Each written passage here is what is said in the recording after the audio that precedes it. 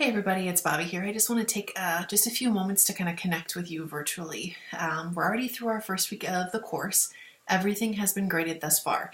So your discussion boards and your written assignments.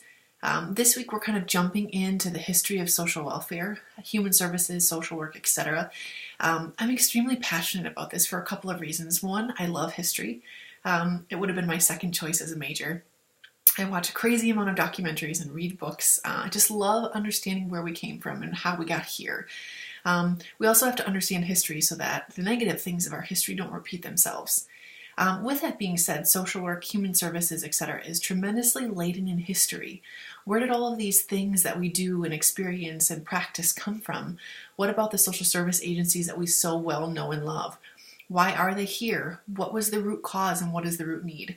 So this week, you're going to be doing an assignment based on the history of the social welfare movement. So as we look at the criteria, you're going to be writing a minimum of a 2-page report. This is a 2-page double-spaced report. It does not include your title page or any other abstract or information that you're adding. It's 2 pages of actual information.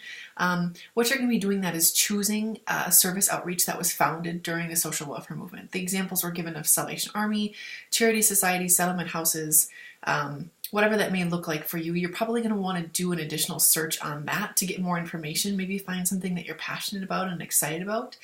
Then you're going to identify the purpose of that outreach agency, what actions they took to reach their goals, what are some results of their work, and what is your personal reaction to the material. You're going to need some research on this, so you're going to need to cite, use APA formatting. Now remember, if you choose any document, you need to put it in quotations and cite it accurately. Although the majority of your paper, I would say 95% of the paper, should be in your own words. It should not require an active citation because you're taking the information, you're learning it, you're synthesizing it, and you're presenting it back. So it shouldn't be a copy and paste paper by any means. In addition to this written assignment that's due on Sunday by midnight, you also have a discussion board. I graded those earlier today, and I sent out an additional email with some criteria for your discussion boards. This is an area I really see some growth needing to happen. So it's just a place to start. It's not necessarily a bad thing. So what I want you to keep in mind is that you need to post your initial post by Tuesday at midnight. It should be a lot of depth, guys. So answering each part of the prompt specifically, citing resources. What have you learned about the information that we're talking about? And then how are you applying it? So you need to be sure to do all of those things.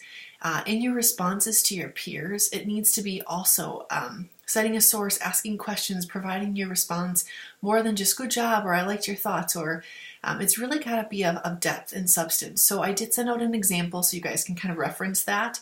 But I would say this is an area the majority of you struggled in, and I want to encourage you to grow in this throughout the term.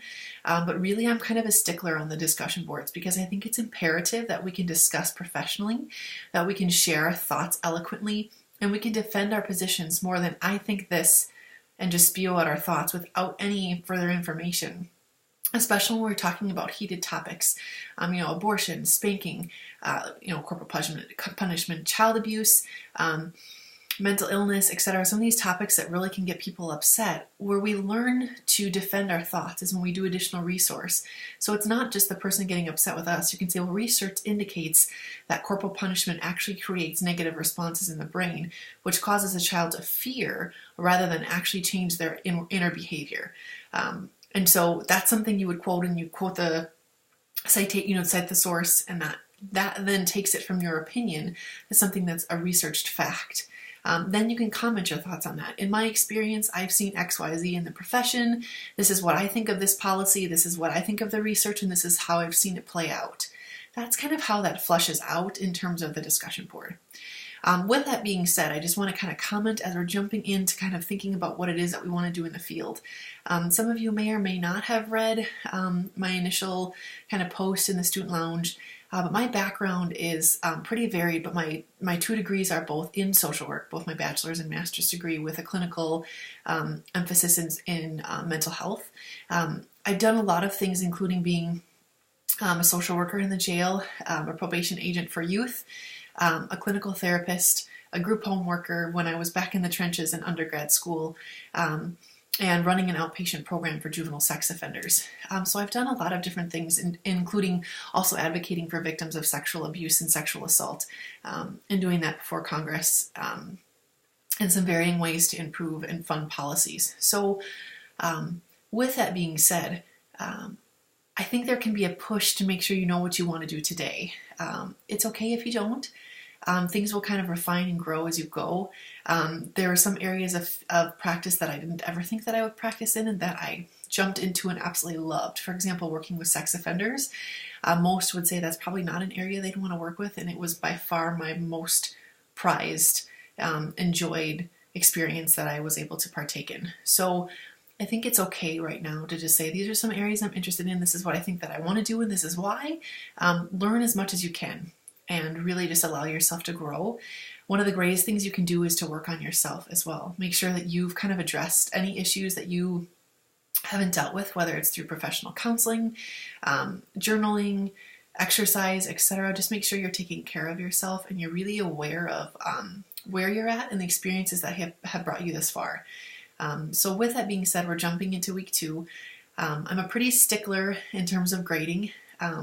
Make sure that you meet the criteria, both for the discussion board. There's a rubric included in your feedback, and then make sure that you meet your criteria for your written assignments.